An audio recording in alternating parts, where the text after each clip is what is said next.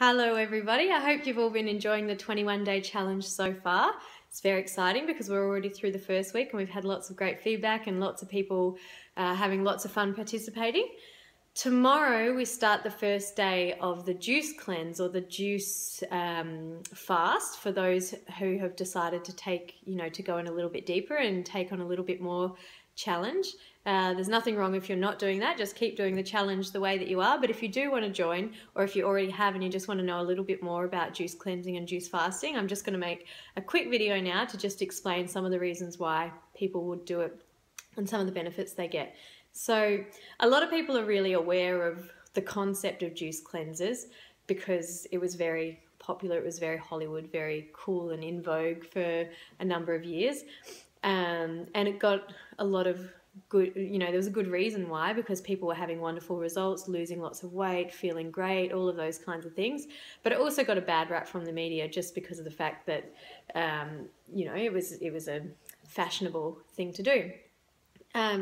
But there is some good reason, some good science behind it. So it's important to understand why people would be doing that in the first place before deciding whether or not it's right for you. And it's important to understand that there are two types of juicing programs, or so to speak programs. Yeah, it's juice cleansing and juice fasting.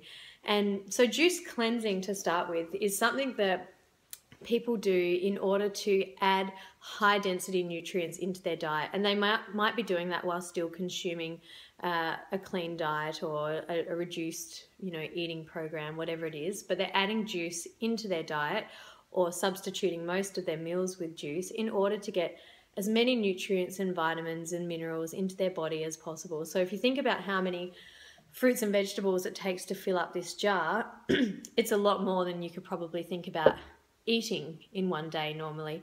But drinking a litre of juice, and it's usually very delicious as well, is very easy for a lot of people. So it's a really great tool to introduce. It's like a really fresh, vital, live, multivitamin, multi-nutrient supplement to just give your body a boost, clean out your system, because it gives so much goodness and so much so many things that a lot of people lack in our modern diets these days. So that's a great way to use juice to cleanse and nourish your body. But juice fasting, which is what a lot of us will be doing over the next 7 days, is a completely different concept. And a lot of people think of juice fasting as a rapid weight loss, a way to lose weight very quickly. And that's, I guess, why juice cleansing and fasting got a bit of a bad rap, because I understand that a lot of health professionals were saying that it's not a safe or necessarily valid way or long-term solution for losing weight.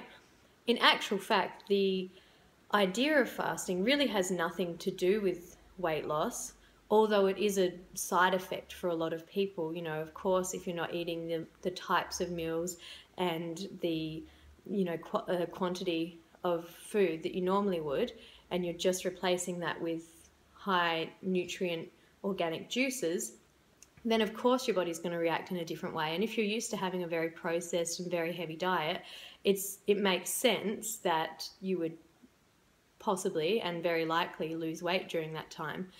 But the reason we fast, and we call it fasting because there's no eating, although there is juicing, so you're still getting lots of energy, as opposed to doing a water fast or a more intense fast where you would have very, very little of anything.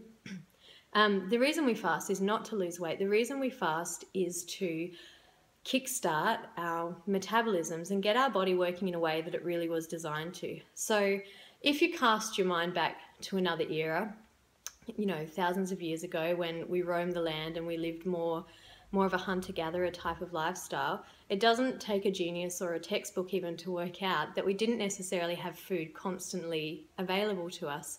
And so the way that our body evolved was actually to go through peaks and troughs of having food, abundantly available for maybe a day or two, and then to be able to survive for days or weeks, even just over a month, without having any food available to us at all. And so when we're in those two different phases of our life, historically, our body functions in two different ways. And both of those ways are actually quite healthy and quite normal. But what happens in our modern lives is that we never kick into that second phase, that sort of starving, looking for food state. We're constantly in a nourished, constant intake of stuff. And so what happens is our body is constantly working to process what's going into it. And that can cause lots and lots of different problems. So obesity being the obvious one. But lots of different diseases actually come from having too much food constantly in our body, and the wrong types of food as well. And the reason that is because obviously our body has lots of different processes it needs to carry out during the day. Some of the most important processes are healing and regeneration of our tissues and cells, which are happening constantly, whether you're sick or not. Cells are constantly being replaced, they're constantly being regenerated, and they're constantly healing from environmental toxins or small accidents or injuries or whatever it is. There's constantly stuff going on in our body that we're unaware of. But if we're constantly eating and there's constantly food in our system, then our body also has to be constantly digesting. And because we're designed to go through those phases of not having food available to us, it was really in those times that our body takes advantage of not having that digestion to worry about and really concentrates on things like healing and regeneration.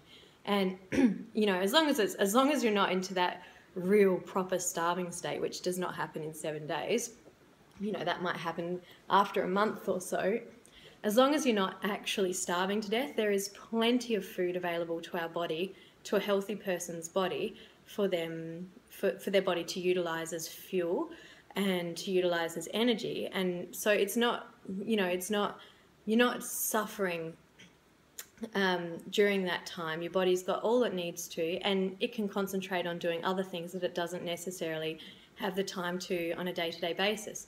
So why is that important? Well, firstly, because a lot of people never fast, and something that's become really popular as well is intermittent fasting, which is fantastic. It's where you might take a day a week where you just don't eat, or 2 days. 24-hour period is a really good amount of time to get your body into that fasting state and to let it start breaking down some of the stored fats in your body and kickstarting other parts of your body that have been dormant for a while because your body's been so busy digesting a big bank up of food.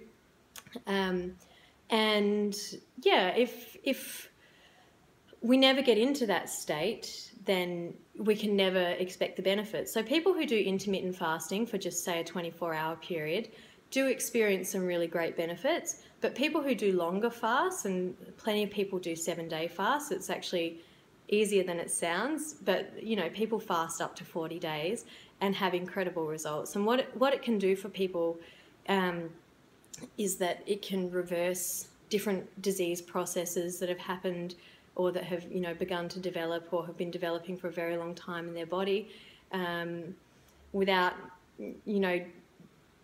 suggesting too many things. You could pretty much expect that if your body is in a better state of healing and it's been struggling to heal a certain issue, and you give it an environment in which it can heal better, then it's possible and plausible that anything could result from it. So, there's not necessarily scientific studies to back up any particular one thing that could benefit from a juice cleanse or a juice fast. A juice fast.